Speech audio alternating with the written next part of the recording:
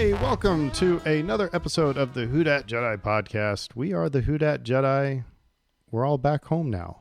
We haven't been here for a while because we've been to Texas and Mississippi, and Dave went to Florida and Georgia, and Correct. yeah, okay. So we I made went our to Illinois. So we made our southerly tour here, but we'll get to talking about that. It's great to actually see your guys' faces and do something kind of normal. So yeah. So hi guys, how you doing tonight? I'm with you. It's just nice to be doing something that doesn't relate to evacuations or cleanup. Sorry, I was about ready to say something about evacuations, but let's not have that on this podcast. Hey, but real quick though, because we are the Who Dat Jedi podcast, how about them Saints, huh? I mean, That was fun. I was one saying, if our defense can hold Green Bay, then our offense just has to score, one more touchdown. And boy, howdy, our defense was lights out, and Jameis didn't make any mistakes. Actually, people applauded him the most for that one pass that he threw out of bounds instead of trying to force it, down the gullet. And so, yeah. So, but the story the next day was all about Green Bay. It wasn't about the Saints. They immediately pivoted that way. That was one thing I don't usually watch ESPN. Okay, just full disclosure, I can't. I watch the live events, then I'm in and I'm out. And so I was watching ESPN because we were on the road, and I'm like, well, I'll leave it on, and I was working, and some talking heads who apparently are good at what they do were immediately on the Packers and like, well, the Packers, what was wrong with them? They're terrible, and Aaron Rodgers is terrible, and I don't understand. And it was all about them. It was not about what the Saints did. Nothing about our exquisite offensive line that shifted in the first quarter. Was that when McCoy got hurt? Nothing about, like I said, our defense that was, Marshawn Lattimore playing with one hand.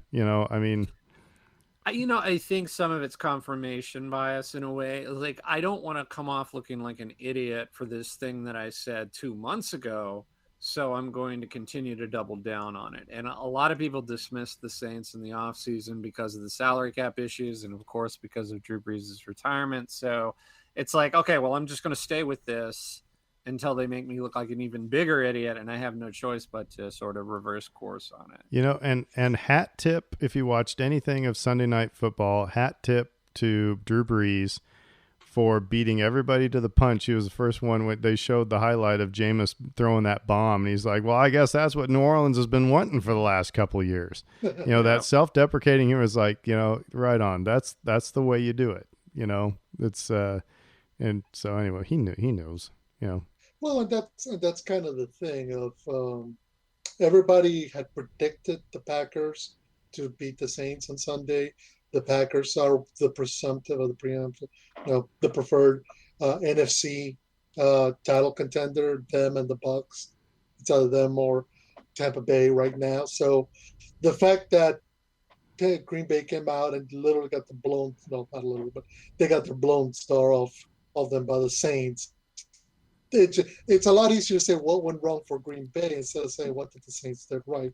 I did hear a few people kind of go, no, let's talk about what the Saints did right, but they were few and far between. Rich Eisen did, and I was taken aback. I was glad for it. This is what the way I like to be. I like them saying that we're going to lose. I like them saying that it's all about the other team and not us, and then we just keep winning. So yeah. And look, it may not last because, this is the nature of the NFL. We go week by week. But right now, this week is good. So this may be it. This may have been of our Super Bowl right there was, that first game. Yeah. It's like it's a long season, and we could be looking back at a team that's like 5-12 or something at the end of the year. Who knows? So I promised myself that I was going to enjoy this on a weekly basis. I was not going to take it seriously, and that was before everything that happened. That's how now I'm even more so. Yeah, that's how you maintain healthy football fandom. Well, so tonight we're going to be actually talking about, we said the word evacuations. We're going to be talking about kind of our evacuation stories. And a lot of our listeners are from, the New Orleans area, or the Gulf Coast area, so they understand this. But we're going to kind of link it. We're going to talk about some Star Wars evacuations, and try to link it in that way. We got a little bit of news, but then also while we all fled, and actually it was right after Brittany and I got back. So all of us have seen Shang-Chi, and I will say it from the outset, you two have ruined me. You two have ruined me because of all that Marvel junk that we did, because now Black Widow comes out. We got to go see Black Widow. We got to go. And then Shang-Chi comes out. I have no idea what this movie's about. We got to go. We got to go. I got to see it. And I was not disappointed at all. Such a good, so we'll talk about that in the second half of this. But first, let's do some trivia. Let's do some trivia here. All right, so I don't have my old man glasses, so I'm going to have to hold the card out very far away. Fredo, who describes R2-D2 as, quote, an extremely well put together little droid? One of us has had this one before. I don't think I've had. Maybe Dave has. Somebody has. Anyway. An extremely well put together little droid. See, now I'm got to make sure I don't hold the answer in front of the camera. Yeah, exactly. Now, I'm going to say Captain Tanaka. I'm going to accept that it's Panaka, but Tanaka. I said Tanaka, and I went, no, it's Panaka. You fool. I'll take that. By the way, I swear that's the exact conversation we had the last time we had a Panaka question. It was like, is it Panaka or is it Tanaka? By the way, did you guys see Star Wars Underworld on Facebook shared this, and it was a meme. It said, did you notice that all in Empire Strikes Back, Luke tells R2 to stay with the ship and R2 doesn't listen? So because the last time anyone told him to stay with the ship, it was Anakin, and he never saw Anakin again. And Mustafar, yeah. And I was just like, I think it's a happy coincidence type of thing, but that's a pretty powerful, if that was like, hey, we got to retcon this in, I don't know. That was kind of, anyway, so. Well, you get the advantage of, R2 is one of those characters that knows everything, seen everything. So therefore he gets away with possibly taking into account everything that's happened before. So yeah. All right. You can have that idea.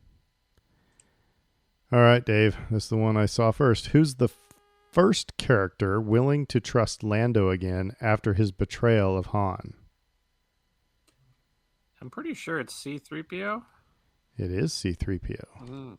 And did we see at the Met Gala, Little Nas X looked like C-3PO? I don't know what that was, but looked like C-3PO. So Anthony Daniels would be proud. Could I wear my Stormtrooper armor to them? No, they don't allow all white, or it's like frowned upon to wear all white. So, and you got to hit the theme. There's a theme every year, and you got to be able to make it fit. So, say if it was like this year was like something having to do with America, so you'd have to have taken your Stormtrooper outfit and made it retrofit it, maybe put some red, white, and blue, some gold stars or whatever. All right, yeah, I'm not going to the Met Gala. Okay, so here's mine. God, this is okay. I'm gonna give me a different one, because guess what?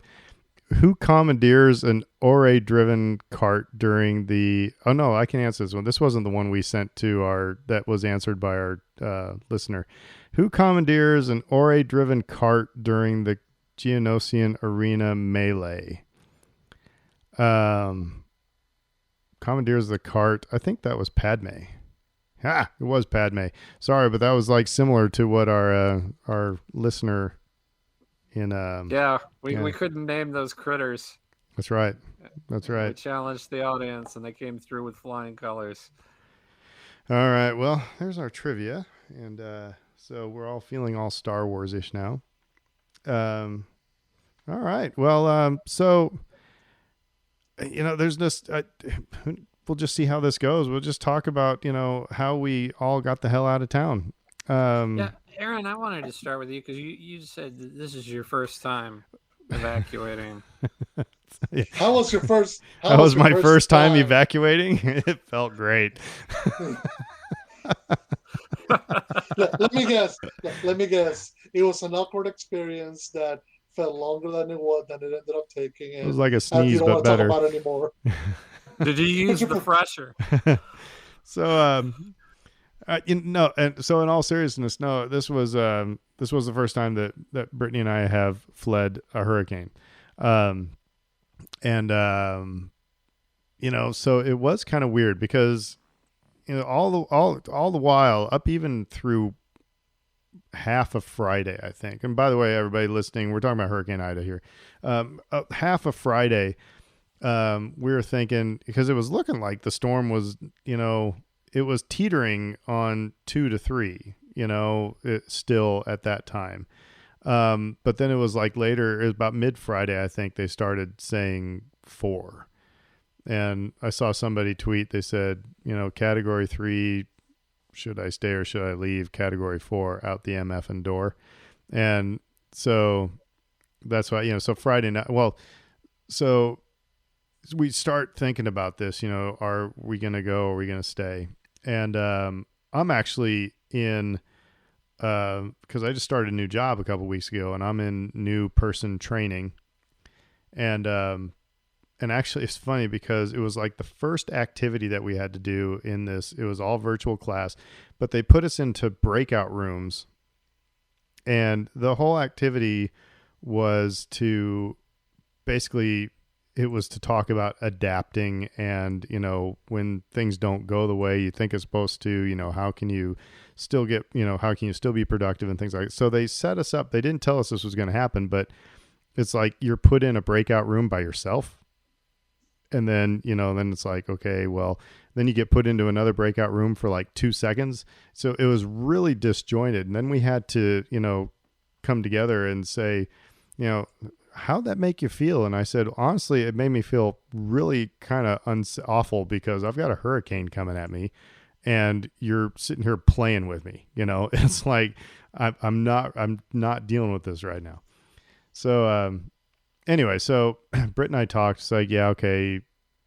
I think it was Saturday morning. We decided, yeah, okay, we've got to go. We had a place to go in Natchez, which, in hindsight, at the first time we knew that we were like still going in the path of the storm, and they had that whole thing that was being tweeted out, "Don't go this way." But we knew when it got up to Natchez, it wasn't going to be as big of a deal as it was hitting, the coast.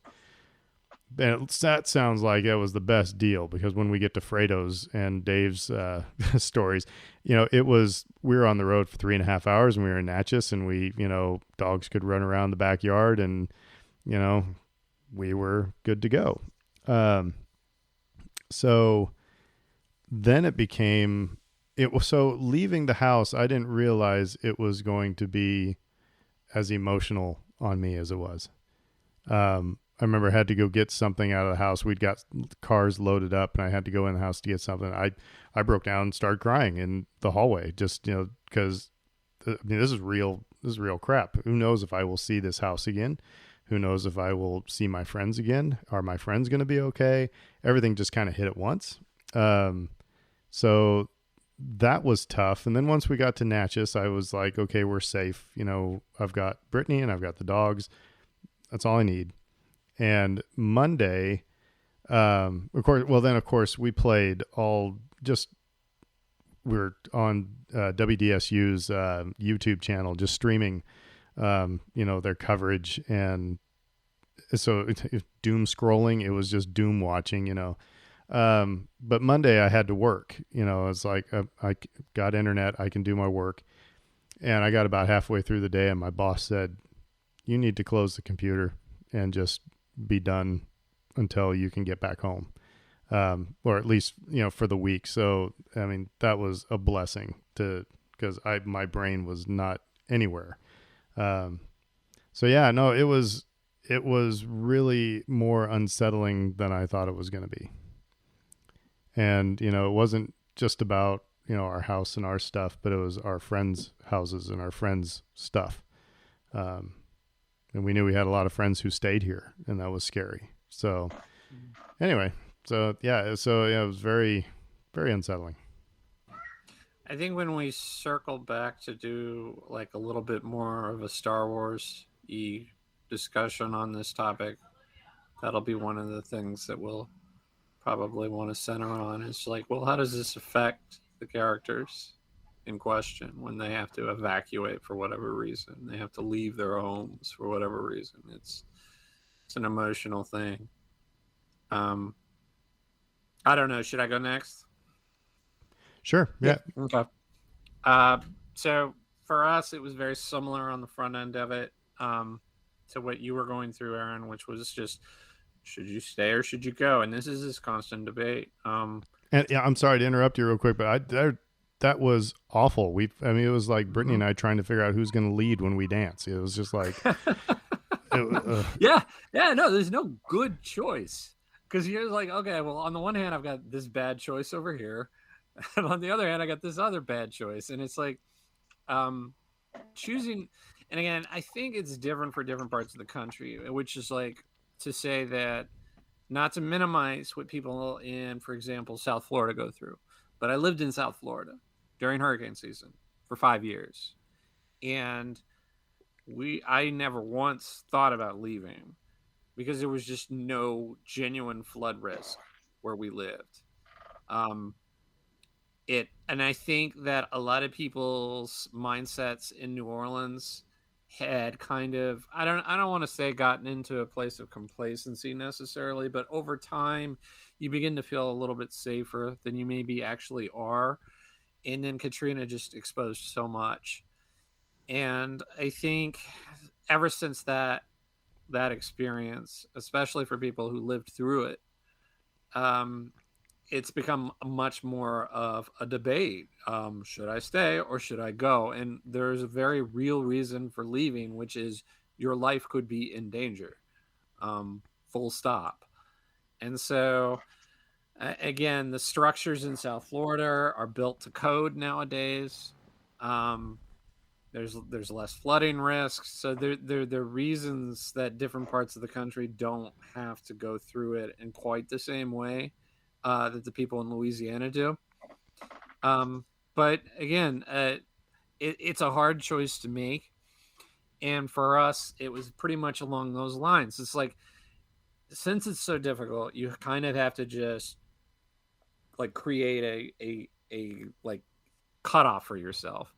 And like you said, Aaron, you get up to like a category 4, and it's like, okay, you know, well, we you know, and what helps, well, at least what I was going to say, one last thing about that was just like it helps because you tell yourself this ahead of time. It's like, well, yeah, I've been through a couple of these things before, but if it ever gets up to a category 4, I'm going to bounce. And so when you get to this moment of truth where it's Friday and the people on the weather report are saying it's a category 4, it might be a category 5, and it looks like it's going to hit just to the west of us, that even because you do so much second guessing and deliberating with yourself, that those earlier conversations, you can fall back on them. You can say, well, we always said we would leave at a 4, and we're that at and that's I think Brittany and I were talking about. I mean, both of us being, I was a former teacher, Britt's a teacher. It's like I think we need to have like a rubric hanging on the refrigerator that says if it is this, you're doing this. Just to put a little bit of objective, mm-hmm. Thought into it. Now, what was interesting, again, this is my newbiness. When we moved to New Orleans, our realtor, he was, showing us around places. And I remember I asked him specifically. I said, "Okay, so they rebuilt the levees, after Katrina. What are they good to go?" He said, "Hands down, yes." I mean, and it wasn't. He didn't seem like a used car salesman and everything. And so, I mean, we trusted this guy, and he was like, "Yeah." So, I mean, that's kind of the still kind of the story that isn't really being told is that that infrastructure, the city didn't flood. And but what my concern is when you get to when they start talking about miles per hour. I mean, Dave, you and I both lived in the Midwest. It's like never, unless a tornado comes right over your house, you don't have those kinds of winds. But then also we don't have the massive trees draped over a house. And, so that was one of the things that made us just go, yeah, we need to get out. So, Yeah, the last one we so people who don't know, we went through Hurricane Zeta last fall. Came through super late in the season. Everybody's like, "Oh, we're done with the hurricane season." No, we're not done. yeah, here it comes. This thing just came through like a buzzsaw, and it happened so fast that um, it just passed over us really, really quick. And so there wasn't it didn't linger, and you didn't have all these heavy rains and all this. So people who've either been through this or haven't been through this, they can kind of picture it in their mind. It was a very fast experience. It was 4 to 5 hours of really high wind, and then it was over. Yep. And so I think like with that, I'm sitting here, I'm looking out our back window, and the whole thing is surreal because the eye wall passed directly over our house. So I was able to like look at the eye from the inside, which was weird. But like during when the wind was really going, I'm watching this pecan tree in our backyard, this huge tall beast of a tree, and it's swaying back and forth. I'm like, oh my gosh, please don't come down, please don't come down. That was all I could think about the whole time we were there. And so like that's a reason to evacuate in and of itself. Like you're not having to experience that and live through it because it's a stressful thing. Of course, that tree came down during this last storm, and so now we're dealing with that. But um, I guess to finish my story, it's like because we could get like super long-winded with all of this. We left, but we didn't leave until Saturday, which was when everybody else in the city was leaving, and so we headed east, which was better than heading west, as I learned later on.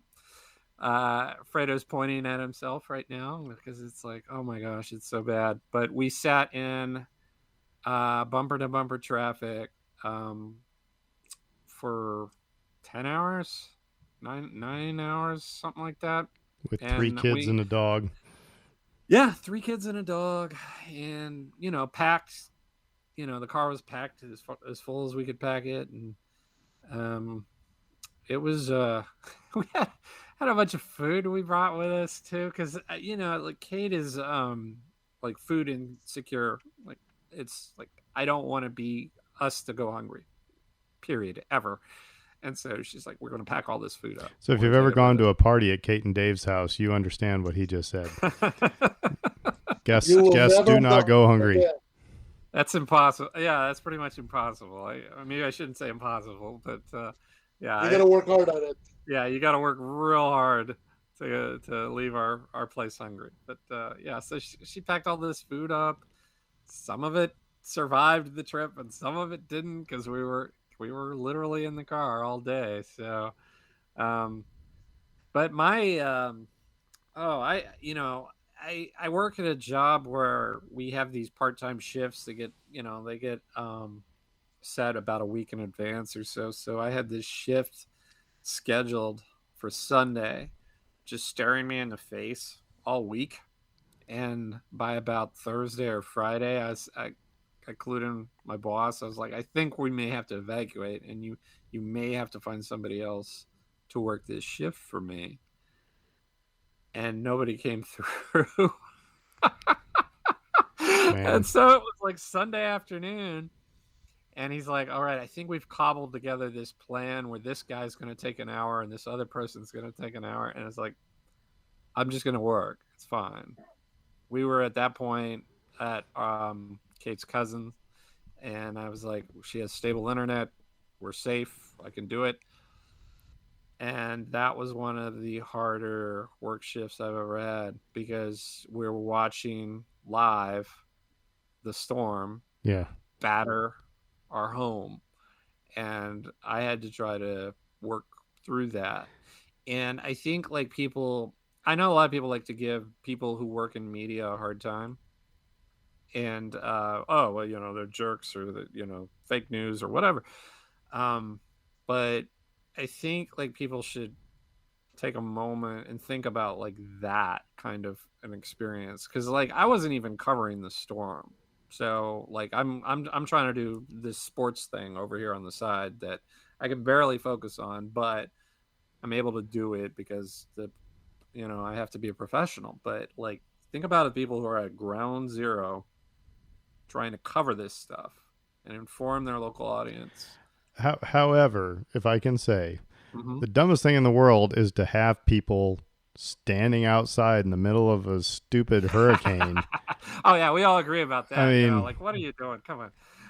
and the highlight were that when the Weather Channel guys were like down on Working Poitras on point. trying to Yeah. make it look like Gilligan's Island, and dudes are walking behind him with a beer. I mean, that was just like perfect New There was a Orleans. guy that did A like a cartwheel, backflip. yeah. Yeah, cartwheel.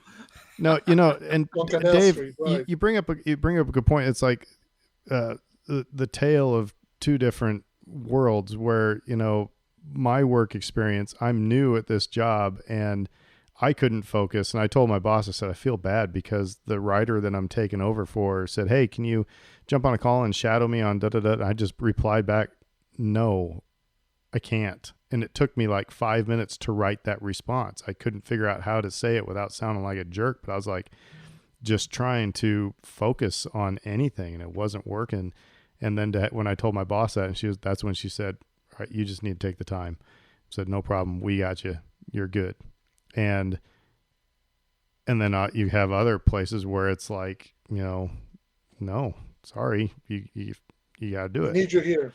Anyway, so Yeah, but that's a real experience. You're thinking about your home, you're thinking about your belongings, you're thinking about all your friends and neighbors, people who didn't evacuate.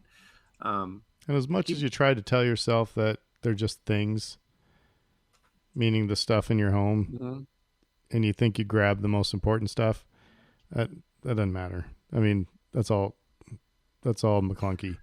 You Because know it, the lift that it would take to replace those things and to like do the cleanup, etc. Trying to salvage things if things go completely sideways on you. Like that's in the back of your mind. It's like, well, it's just stuff. It's like, well, I'm still gonna have to deal with the fallout one way or the other. Either I'm gonna be able to salvage some of my no. stuff, or I'm not going to be Well, able to, and I'm still going to have to clean up. and I know this is going to sound, I'm sorry, Fredo, we're going to get to how long does it take one to get to Houston here in a second. This is going to sound like the most trivial, crappy thing in the world, but I'm sitting here in my Star Wars room, and all that stuff could be gone. It's like, and there is some, it's all stuff. And at the end of the day, it doesn't matter. But, it's, the things that we amass are kind of, that we've deemed are important to us. They're part of us. And so, but then I think about, people who don't have a lot and lose everything. And it's like, and I'm worried about losing my stormtrooper armor. It's like that then brings me down to, all right, get over yourself, Buttercup, and you, like I said, I did try to talk myself down. Say, like I said, I've got my wife and I got my dogs. They're safe. We're good. But still it was very hard. So Fredo, how long does it normally take one to get to Houston? If you're doing it fast, you could do it in about 5.5 hours. If you're taking your time, like I did Sunday when we finally got back, it's about 7. Normally, on average, it's a 6-hour drive. That's the normal drive. So before I tell you everything that happened, I'll go back to kind of doing the same math that you and Dave were doing, because Friday, I mean, I went to bed Thursday thinking category 1, category 2, and it looks like it's mostly going to be a rain issue for us. Okay, not a problem. Wake up Friday and they're talking category 3 and maybe potentially hitting 4. And my supervisor sent me a text saying, look, we told our director, we're going to work from home, get yourself together, because she knows I also help take care of my parents, who are, one's retired, one's uh, should be retired, but she's still kind of working. Um, so as the day went along, I'm like, okay, I'm packing my suitcase. We were supposed to go on vacation Thursday of that week. We're going to fly up to finally see my brother in Chicago who moved last year. But at the time, I'm not even thinking that. I'm just thinking, okay, this is now strong enough to be a threat. And the way I kind of thought about it when I got to my folks that evening, I was like, look, we've already been, through, I know the area doesn't flood, so the flood concern wasn't there. Unless the sucker lands on top of us, I'm not worried about the wind. I was worried, however, with the power being out, because last year, and Seda knocked us out. And it's hot AF right now it's the peak of summer. It's been upper 80s, 90s, and humid. Sorry, it's been 90 plus all the last couple of weeks, which combined with the heat index, it makes it feel like 100. I actually had a coworker who stayed through and afterwards, and she said you could not, you step out the shower and get dry, because it all fade away in the heat. So, and I'm like, go ahead. I was just gonna say one thing too. Like, people have died from this. From people we know. From the heat. Yeah. People we know have died from the heat. And again, it's been a lot worse for the communities outside of New Orleans. New Orleans has actually mostly not seen the worst of it, but there are still people that lived here in the city that have died. So yeah, and it's one of two. It's either carbon monoxide poisoning from trying to deal with their generators as a result of trying to manage the heat, or it's been the inability to evacuate and being stuck home with this heat. So, having already dealt with people, elderly folks last year through Zeta, and no power, no AC, I was like, we're not putting up with that. I have two brothers who moved out to Houston. We can go be there. I just told my folks, pack a bag. We can change our flights. We can fly out of Houston. It's not going to be a big deal. However, for reasons beyond my help, we couldn't leave till next morning, meaning Saturday morning at 7:30 in the morning. And I'll be fair, it was a bit of bumper to bumper getting out, but once you had hit the Bonnie Carey spillway, it kind of cleared up, and smooth sailing plus La Place, smooth sailing all up till you get to Baton Rouge. We got to Baton Rouge about 9:30, and I figured, okay, if this is the time we're making, we should make it to Houston maybe by nightfall, 6 o'clock, 7 o'clock.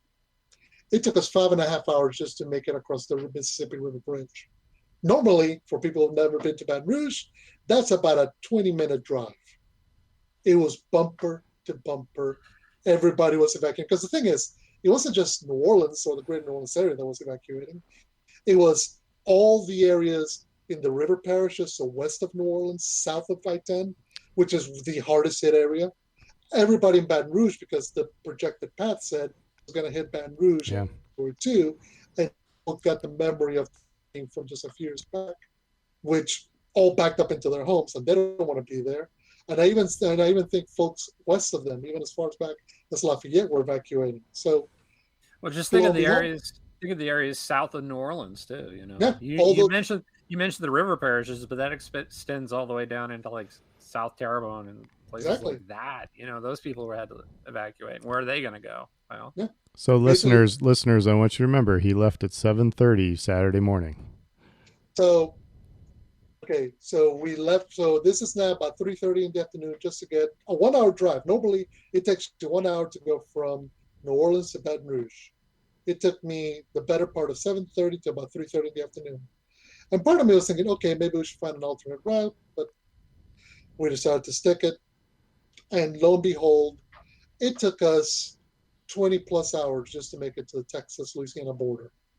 By hour 15, my eyes were getting glassy. I had to ask my dad to swap out with me. He drove us past Lake Charles. And if you ask me to this, I have no memory of Lake Charles. I just collapsed from being exhausted. I know we passed the bridge, and I remember waking up afterwards because there was an accident. By this point, there have been people using the shoulder to fly down because they were so exhausted and tired. And but by this point, there were people just parked on the side of the road, either out of gas or just exhaustion. That's the one car that was in flames, and just then the last 7 miles to make it past Vinton into Texas, that took us just 2 hours. And that was about 4 o'clock in the morning. So it was about 21 hours. It's okay. So 7:30 in the morning, we left my parents' front door. I made it to my brother's front door in Houston at 8:30 Sunday morning. So 25 hours 25-hour drive for something that usually takes about 5.5 if you're going hustling. Yeah. Yeah. Yeah. With your parents in the car. With my parents and my elderly folks. That's the thing. I couldn't, normally I would have been like, okay, somebody else drive. I get some rest. But my mom had been up all night. She was exhausted. My aunt can't really drive. My dad, who can drive, they'll put it this way, he was also tired. So it was just a lot. And at that point, I was just like, so when you swear, do you swear in English or in Spanish or both? Both. They both come out at the same time. And our good friend Scott Colsby texted us because he and his better half evacuated to Chicago, which is a 14-hour drive. And remember, we're supposed to be flying to Chicago. And I kept kicking myself those last 2-3 hours, going like, we should have just driven to Chicago. We would have been there by now. And yeah, in retrospect, that's what we should have done. And then it was just the doom scrolling, the waiting. We did have a nice week in Chicago, kind of rest, but it is one of those things where, okay, so maybe you guys can talk me down off of this one, but so when we lived in Nebraska and we would go to, if you wanted to go to a hockey game, there was like one main drag that everybody in the whole city went down to get to. And so it was, you were to go 2 miles, it took you like an hour, it was just awful. Mm-hmm. And some people started like going out north part of town and taking all these side roads and going about 10 miles out of their way to get on the interstate and come. And it took them maybe about the same amount of time, but at least they were moving. And so it's like Brittany and I were talking about that. It's like, even if we weren't going to Natchez, because we ended up in Texas at my sister's then a couple of days later, it's like, I almost wonder if instead of trying to take the direct shot, do you, like if I'm going to my sister's in Texas, do I just go north, like up into Mississippi, even if I have to go into Oklahoma, Arkansas and Oklahoma and then down, at least I'm moving. And yeah, I'm probably going to spend more on gas, but that I can't imagine if I was in bumper. Because actually I can imagine, because when we came home coming into New Orleans, it was awful. Mm-hmm.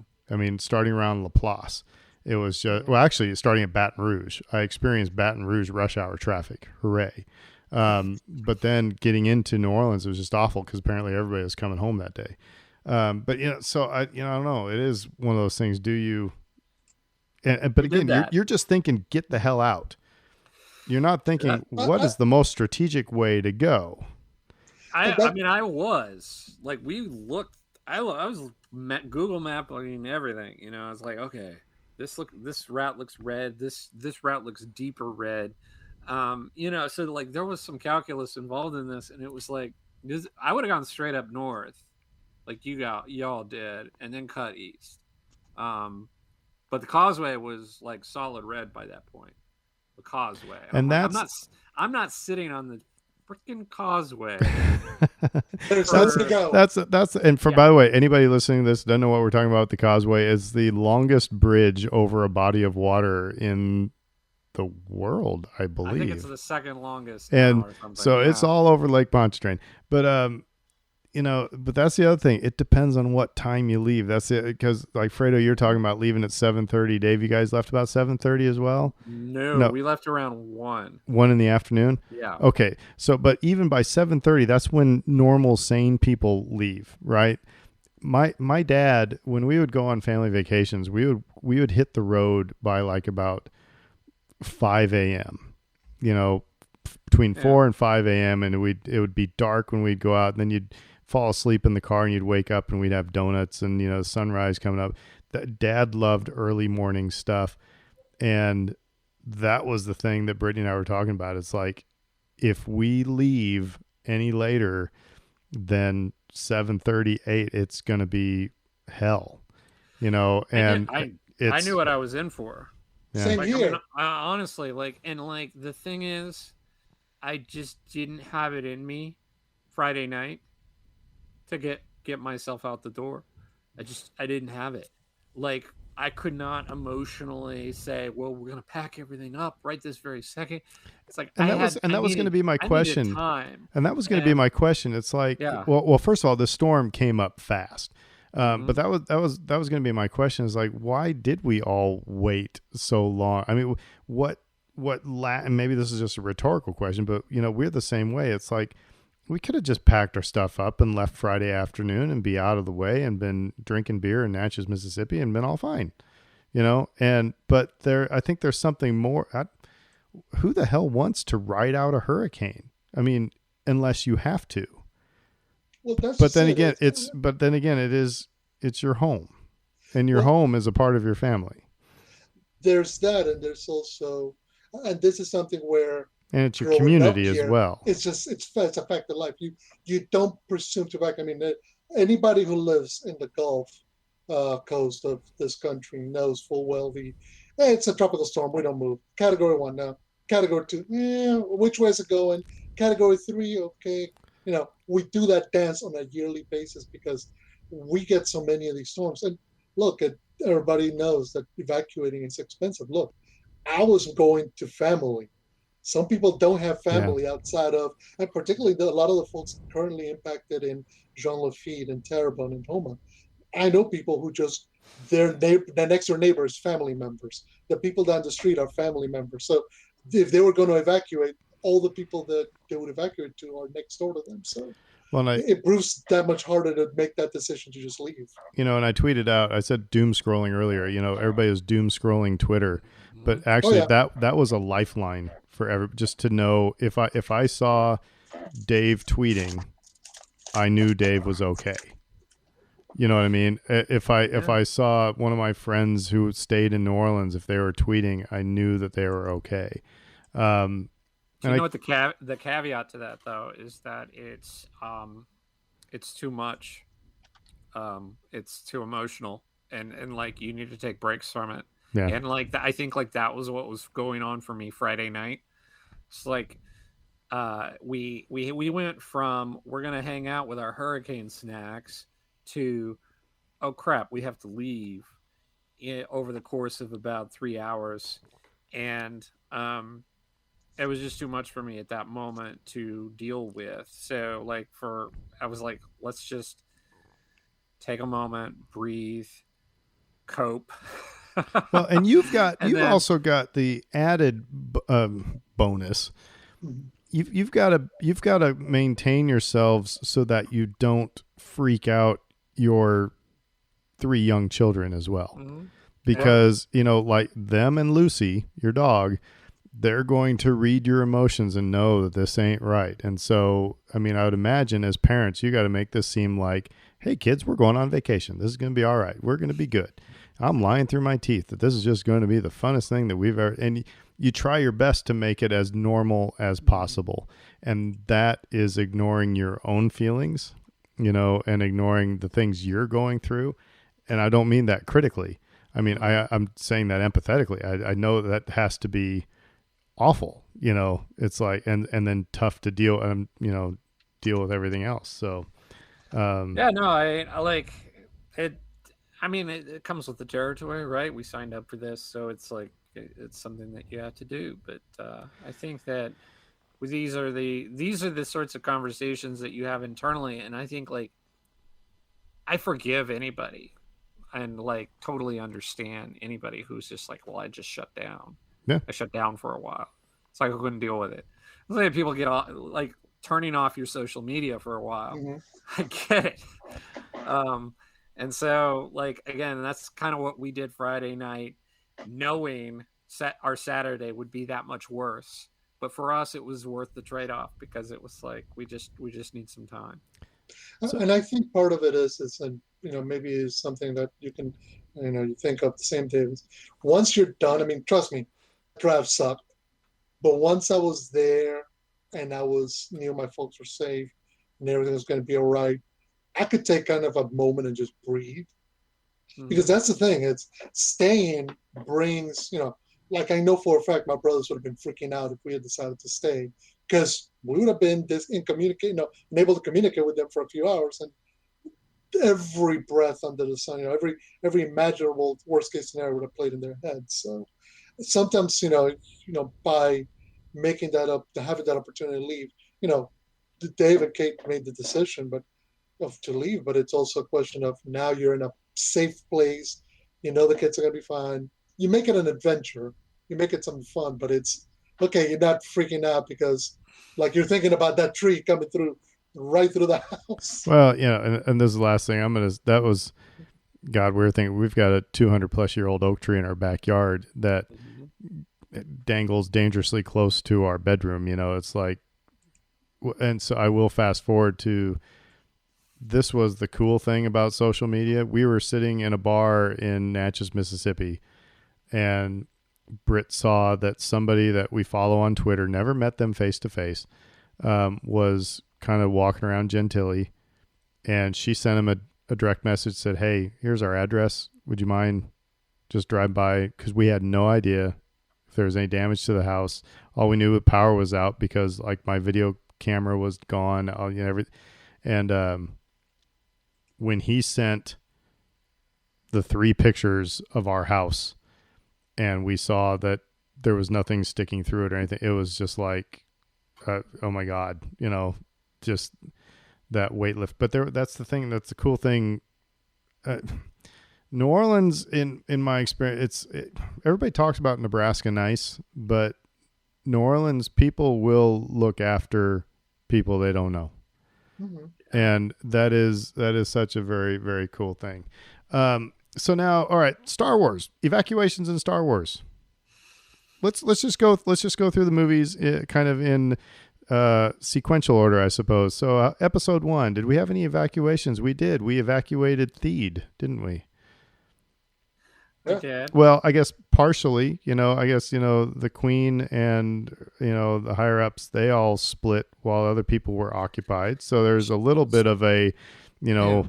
little there's, and one of the real things that I saw is, you can't fault anybody for saying this, that evacuating is a privilege.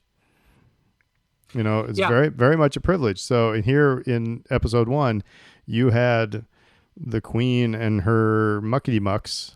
They all got out, but the rest of Theed, rest of Naboo, was under occupation. So they all got hit with the disaster.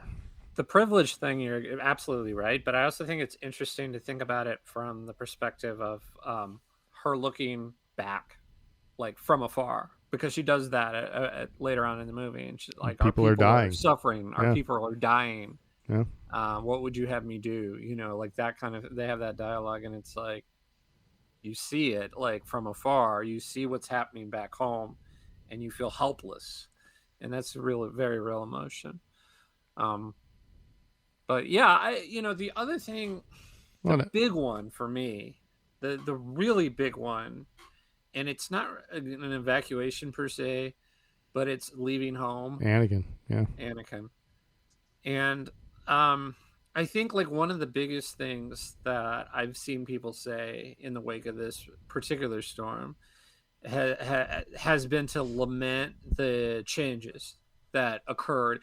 There's a lot of Katrina um, post-traumatic stress Absolutely. disorder in our community, and I think what most of the people that went through that, I mean, obviously there's so many different things that occurred, but one of the biggest things for people that went through that is how much their community changed in the aftermath.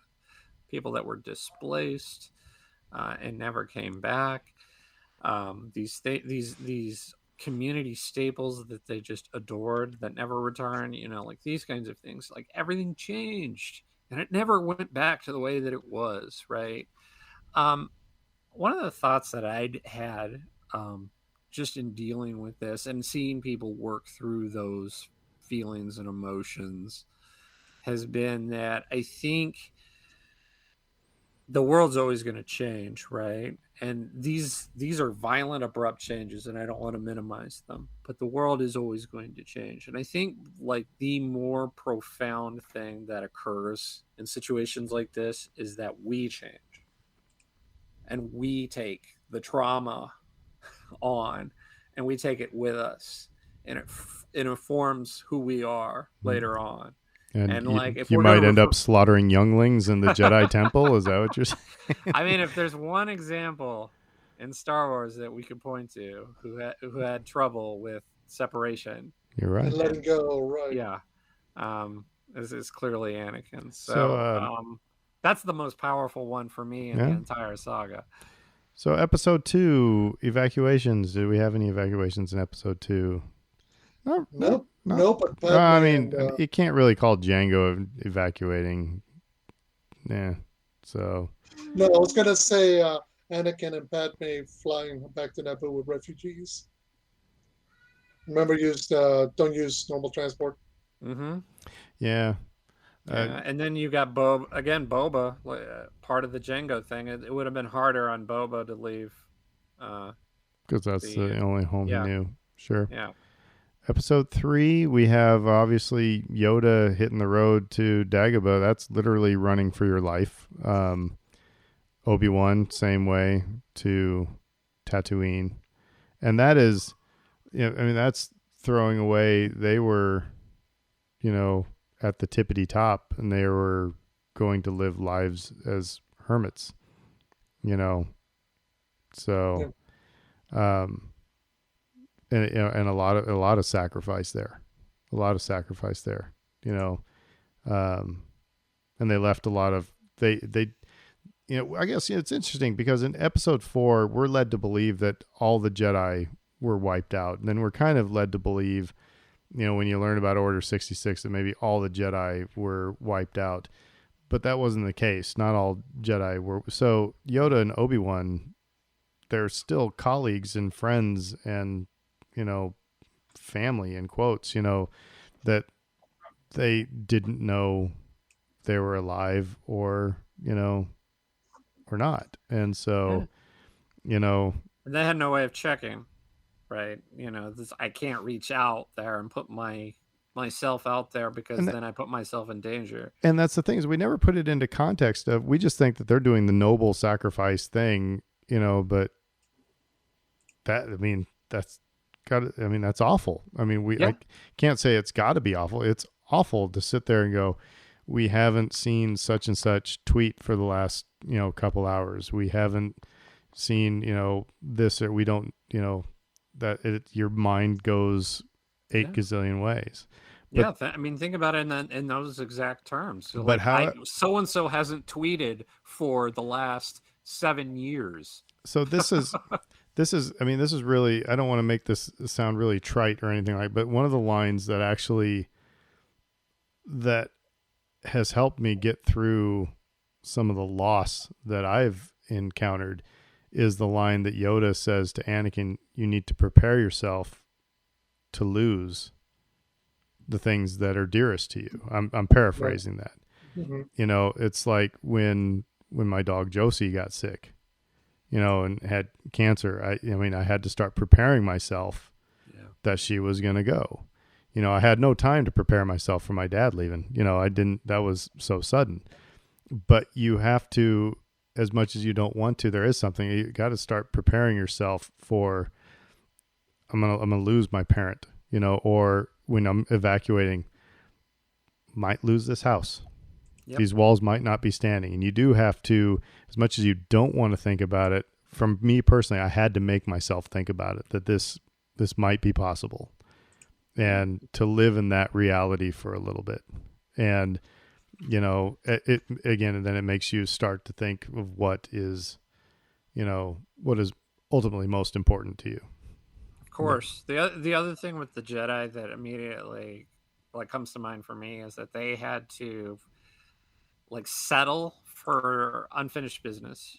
Kind of there were all these things that they wanted to do with their lives. Like, we're going to make the Republic great again or whatever. God, Come on, Dave. It's gone. Yeah, I know. But it's gone. It's just gone. It's like, okay, so I had all these career goals gone. Um, I'm displaced now. And you think about that for like people who will get displaced by these storms. And again, not to get too political, but there are always these questions that come out. Oh, well, why should we rebuild this community?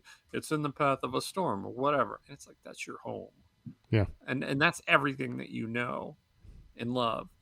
And so let's not be callous. Mm-hmm. And again, everything. It's not just the people and the places and the things, but also like your ambitions and your goals and the things that you want to do with your life. And you have to just uproot all of that. I think one of the hardest parts is because obviously in the aftermath or during the natural questions come, but a lot of people have had or haven't about moving and whatnot. And part of the thing is, you're right, it's about that sense of community that you develop where you live. I mean, if you choose to live someplace, if it's not just you and then you got blown by the winds of fate there, you choose for a reason, and that reason remains valid no matter what happens. I mean, look, there are folks who choose to live in South Florida who know full well that the Atlantic is coming up their doorstep. There's folks who live in the Midwest, any day, during certain times of the year, there might be a tornado outside their living room door. There's folks who live in Southern California or in the Pacific Northwest who, one day the earth might move underneath their feet, but they choose to live there not because there's a risk, but because there's something about that place and the community sense that they develop and that attracts them, that calls to them. That's just that's something you look for, and I think that's one of the things that we miss and we struggle with when we're all scattered by evacuations, by hurricanes, because we're disconnected from our normal everyday community. That's one of the hardest parts. That one of the biggest things that kind of got lost post Katrina was that, and people still yearn for it to this day. It's that initial sense of the pre-August 2005 community that existed here, even though it wasn't perfect. Even if, on the contrary, it was difficult and it was tough. Just living in this city is not easy. Living in this area is not easy. But people choose to do so, and then they yearn for it, and they come back to it. So, back to the movies here. So in Rogue One, well, I guess maybe I should back up Solo. Solo's a little bit different because they're trying to leave. They want to leave. I mean, Yeah. it's and they don't want to come back. So there's really no other one there, I don't think. Rogue One's a little bit different because Jeddah has, I mean, they're trying to get the heck out of Jeddah because this, of course, they've just been hit with a sudden disaster like what you're talking about, Fredo. If a tornado hits and, just pops out of the sky like they do. So that was very real. It's a contrast to like what we all lived through this most recent time, because it's like we weren't under like some sort of pressure, like there's I gotta get out of here by this time. We had a really short window, but we all left by Saturday, which gave us, basically plenty of time to get out. So it wasn't quite the same in that way. So it's an interesting thing to see. Like it can be a violent thing for people. So I always think about that scene with the little girl in the plaza with when the the firefight breaks out and she's separated from her mom and she's just wailing, and Jen's like, let me show her some kindness. And the kid eventually dies. I guess. I mean, it's Rogue One's a sad movie. But maybe Dave, maybe she got out on the ship with Ponda Baba and Dr. Evazan. Maybe everything is okay. Yeah. But that is a little bit interesting because, some hurricanes you see coming, okay, and it's going to be a biggie, and you see them coming from several days away. Like I said, this one, the mayor couldn't call a mandatory evacuation, didn't have time to do it because it blew from a yeah, whatever, a category 2 to this is going to be a category 4, maybe even pushing a 5. It's like and like overnight. And so we were a little bit, it was a little bit Jetta like, kind of. I mean, but yeah. So the decisions were being made within a matter of hours. and by the You're going way, from boom. By the way, I do want to pause here for a second. I want to say that I will probably be one of the last to criticize people who have to make decisions like this, because I worked with superintendents who had to decide whether or not it was enough snow to call off school or not, Right. and there is no good answer. And I know somebody's probably going to say to me, you're dealing with people's lives. Yeah, I know. You're dealing with people's lives. You're dealing with lives of kids. Negative 39-degree wind chill was okay to put kids out on a school bus stop, but 40 below was just a bridge too far. They have to there's just no good way to do it. And so, we don't know all the logistics that go into it. It's like, oh, just set up contraflow. We don't know what are all the hoops that need to be jumped through to get that done. It's not like just, yeah, okay, tell everybody to go that way. It doesn't work like that. So, and like I said, this is a special deal. All right. So back to Star Wars. Rebels had some evacuations. They had to evacuate Lothal. They had to evacuate, the Rebel crew got out of Lothal while it was under occupation. They also had to leave their chopper base, because Thrawn figured out where they were, and they were constantly on the run from the Empire. Yeah, I think that just the nature of the show that was a necessity for all of those characters. But it was kind of striking if you think back to how each of them. I think there was a storyline for each character that sort of revolved around this idea of like I'm going to try to go home and I can't, and I have to leave my home again. Yeah. And it's tough. Well, and also you think about all these, like when the rebels evacuate Chopper Base, you're leaving behind. It's not like you're packing up everything in the base and leaving. We'll talk about that in a later movie here in a second. But you're we got to take a picture of Dave there. They're not just packing up everything in the minivan and off we go. They got to leave stuff behind. And then of course it's like you don't want to leave stuff behind that's going to become useful to somebody else. It's like one of the reasons why you grab all of your important documents before you evacuate a hurricane is not so that you have them when and if you need them, but if you leave all your social security information in your house, somebody breaks into your house and can find those important documents, and that creates bigger problems. Mm-hmm. Because what happens in the aftermath is you're having to prove all that use all that documentation to apply for assistance and support. And it's a lot easier to do it when you have the letter saying, yeah, this is me, this is my policy, let me put all that information, because it's thousands of us, tens of thousands of us all applying for support. And it's a lot easier to steal somebody's identity in that moment, as we unfortunately find out every time, that and to get scammed, because unfortunately the world we live in, not Star Wars, people scam you here. So in A New Hope, our first evacuees that we ever see is R2-D2 and C-3PO. Yep. I mean, they jumped in an escape pod and, down to Tatooine they go. And they had a kind of rough time of it. But also in that one, I suppose you got Luke leaving Solo home, blasting them free of Tatooine, basically. Yeah.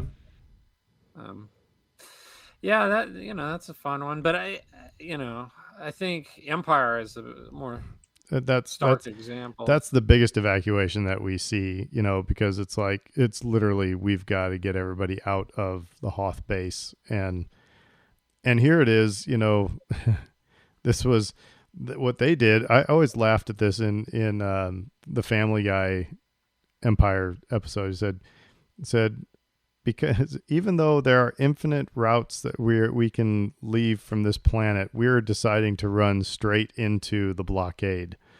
And that always struck me. But that's kind of what Brittany and I did by going north. We knew we were still going in the storm path, so while we weren't heading into the storm, we were going in the direction that the storm was going to be coming. But Yeah, I drove right into the blockade. yeah.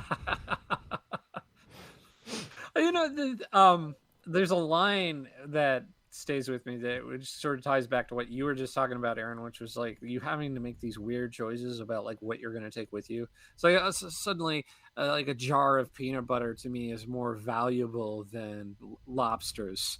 Because it's like, well, this is more useful to me in the short term. This is going to keep my family fed. Whereas, all things being equal, I'd rather have the lobster. But it's like Luke is talking to the guy, and he's like, "I don't think we can," or the droid, "I don't think we can evacuate everything," and he's like, "Well, just start with this stuff, and maybe there'll be time to do the other stuff later." It's like, Right.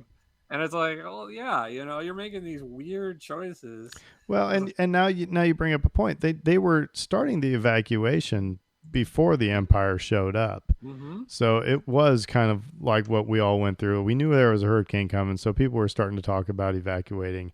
And then all of a sudden it was a category 4, or all of a sudden the Star Destroyers are on, in the system, and you got to get the hell out now. So, yeah.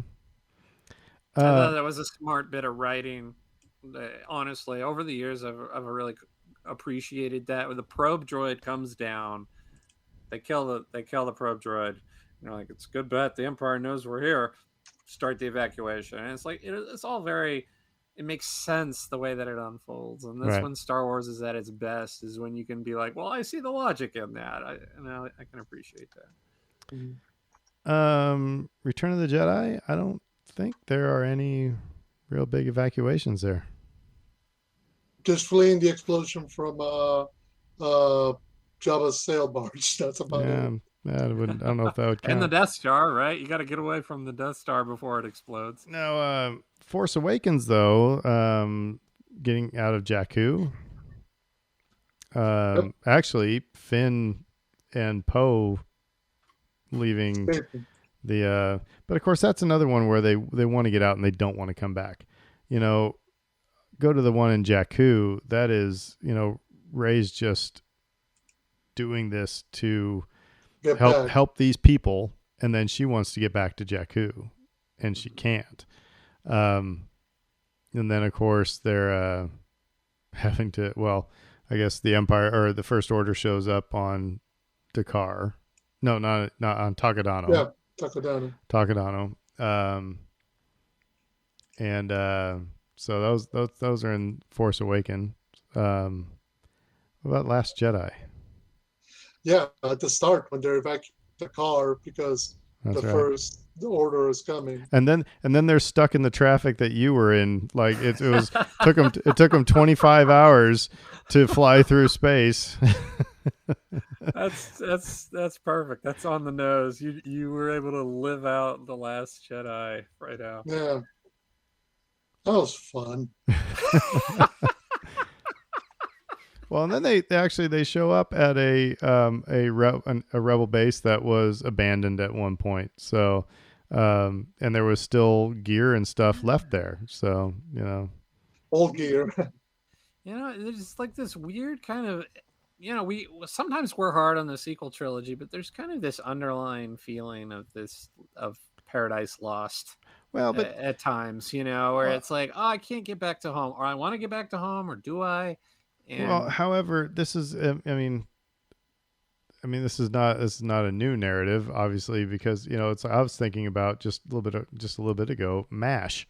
I mean, some of the best MASH episodes was when they had to bug out, because all of a sudden the front the front line was pushed and they were into enemy territory, so they had to camp, collapse the whole camp into trucks and go find a place to go. And again, but they had to leave structures. They had to leave certain things. Yeah, you got to leave stuff behind. So it's like, how do you determine when you're leaving your house what is essential and what is not? Mm-hmm. And it all dictates, because Brittany and I we took both cars. My car had the dogs, and her car had the stuff. So it's like, can only take so much stuff. So, um, And the thing about Ray too is like I think it's interesting as a character is that she eventually figures out that there's no reason for her to want to go back to this place that she wants to go back to, and um, Luke sort of goes through that same journey in the original movies where it's like it's like I used to live here, you're gonna die here, it's like yeah, this place isn't so great, is it? I don't necessarily need to stay here, but Anakin is the one that couldn't let go of it. yeah. He's like, I need to go back to this desert planet for some reason. So, Rise of Skywalker. Nah, there's nothing really Uh, big there. They're just They're just doing. getting chased the They're whole just getting time. chased all the time. Yeah. So yeah, I mean, so I guess if we missed any, hit us up on Twitter. Let us know your favorite Star Wars evacuation. Um, that sounded dirty. But and I think we need to. I'm just gonna call an audible here because I know we've talked a long time, and I don't want to shortchange Shang-Chi. So I think maybe we just do a quick around the horn, just kind of initial impressions on that movie, without going too deep into everything we saw. mhm. And so first, okay, so I do want to know from Dave, where does it rank in your? I'm sure you figured it out. Where does where? I haven't Or, really sat down and like put the rankings on this one now you yet. saw my brother-in-law tweeted to us that it is now his favorite Marvel movie, and I haven't had a chance to ask him why. Um, so I guess I don't know. I'll just shout out Yeah. mine real quick. Totally dug it. Loved the characters. Loved the storyline. However, it's the typical hero's journey. Um, it also seemed a whole lot like Black Panther.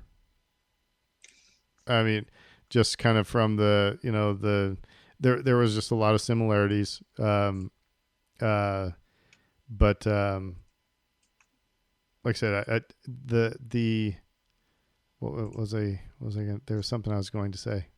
I lost it. But no, it was like I said, what Marvel does so well. Like I said, I had no idea what this story was going to be about. Going into it, zero, and nothing. I remember asking you guys, what's this going to be about? And I was engulfed in the story from the get go. They did a good job of telling this story. It's not a new story. Like I said, it's just the hero's journey. But it's but yeah, so it was kind of Yeah, cool. it's a lot of fun. I was struck by how funny it is. Not just, yes, you have Yeah, because the Aquafina and trailers Rachel. don't show that, do they? It is very funny. It's slightly different to say, and that's one of the interesting things. It's the same, but it's different. Yes, you still have the hero's journey, but it's flipped upside down and given the role that Shang-Chi and his sister Xialing have to go through. There's a lot more emphasis on family, a lot more emphasis on units of people. Yes, the movie's called Shang-Chi, but it does a really great job of highlighting that he's not alone, whether it's with Aquafina's Katie or his sister or some other character. So it's really well done. And the other thing, it's very, very colorful. Yeah. And I guess the last thing I would say is that um, it does a really good job. I was thinking about this with the fight sequences, like the sequence in Chinatown in San Francisco felt a lot like Jackie Chan Police Story, because Yeah. he's not just fighting the guys, he's rescuing people and he's having to contort himself and kind of go outside. Yeah. Or say the fights in Macau and some of the other areas, they feel more like Jet Li, Kiss of the Dragon, some more of those Hong Kong action things. So it's interesting that the cast and crew were picking from here and there regarding Asian cinema, and of course Run Along has been on everything from a John Woo movie to a period epic to the original version of The Departed. So And I will say that this is another one of those Marvel movies where you didn't have to see another Marvel movie ever, and you can go Yeah. enjoy this movie. So, Dave, Yeah. Yeah, I like that about it too. Especially with an intro story, you don't want to have this investment of 50 movies or whatever before you go in. So it's like, yeah, you can just go in blind. and I don't want to ruin like who was involved in this particular poetic dance, but there was a scene with two characters when they're fighting, and the fighting turns into kind of foreplay. Yeah. And that was so lovely, and I thought that was directly influenced by Crouching Tiger. And so, like, to Fredo's point, there's so many influences from Asian films that we've seen over the years, that you, like you said, the Jackie Chan stuff on the bus, like totally, like, they, again, it's an homage, it's deliberate. I know that that's what they're doing, and I really appreciated it because I watched a lot of those movies over the years and I really enjoyed them. So it's a really enjoyable movie. Even if you don't like comic book movies, you could probably still really enjoy this. Because it was interesting. Yeah. No, Dave, it's interesting that even though it clearly takes place within the MCU, and clearly you have Wong and the Abomination, and there's ties to the Avengers that comes down later, and to, they do a great job of tying this back to both Iron Man 1 and 3. I'll leave it at that, particularly 3. It's very self-contained. Like, if you knew nothing of the MCU, if you know nothing of Marvel movies, you've never seen a Marvel movie, you can go in this blind and enjoy it and have a great time and go home and go, I had a blast with that.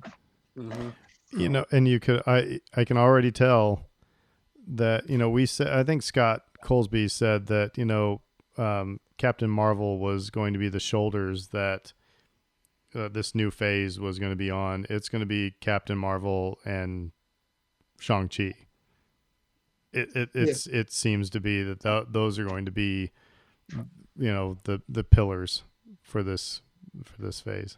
Them two and Doctor Strange is what I'm thinking, just because of the multiverse element that they're clearly establishing and clearly pushing, and it's only going to get that. Yeah, but you look at those. Deal. You look at the Spider-Man footage. This might be a whole nother discussion. You look at the Spider-Man footage, and it looks like Doctor Strange is kind of he's not fully on the team. I have my own theory about like who the most important characters might be.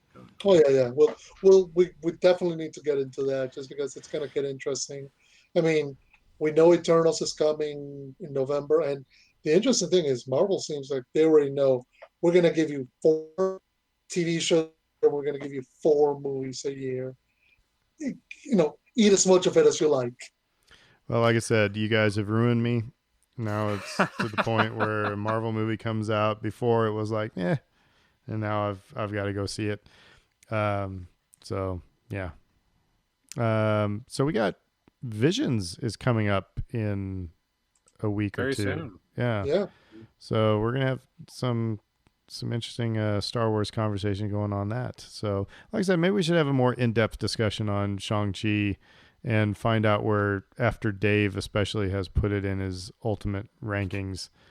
And might be interesting. Maybe I need to see if my brother-in-law needs to come on and tell us why it's his favorite Marvel movie. Anything else for the good of the order before we say goodnight? We covered it.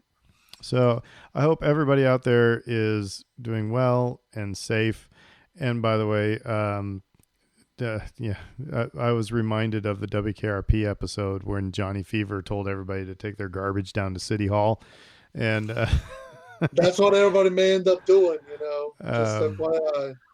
So if it's not one thing, it's another in this city. I tell you, it's just okay. We can't pick up trash. It's just something we're incapable of doing now. So they say that times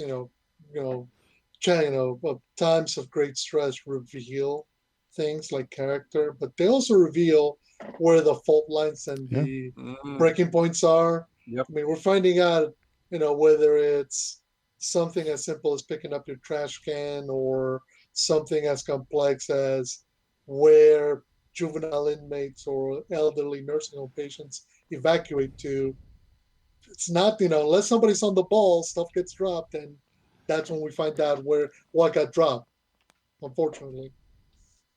So anyway, I'm not advocating going and throwing your trash on City Hall steps, but you can watch the WKRP episode. It's really good.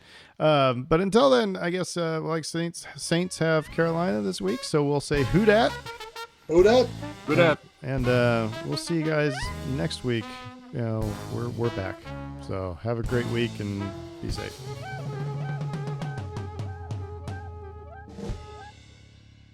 McConkey.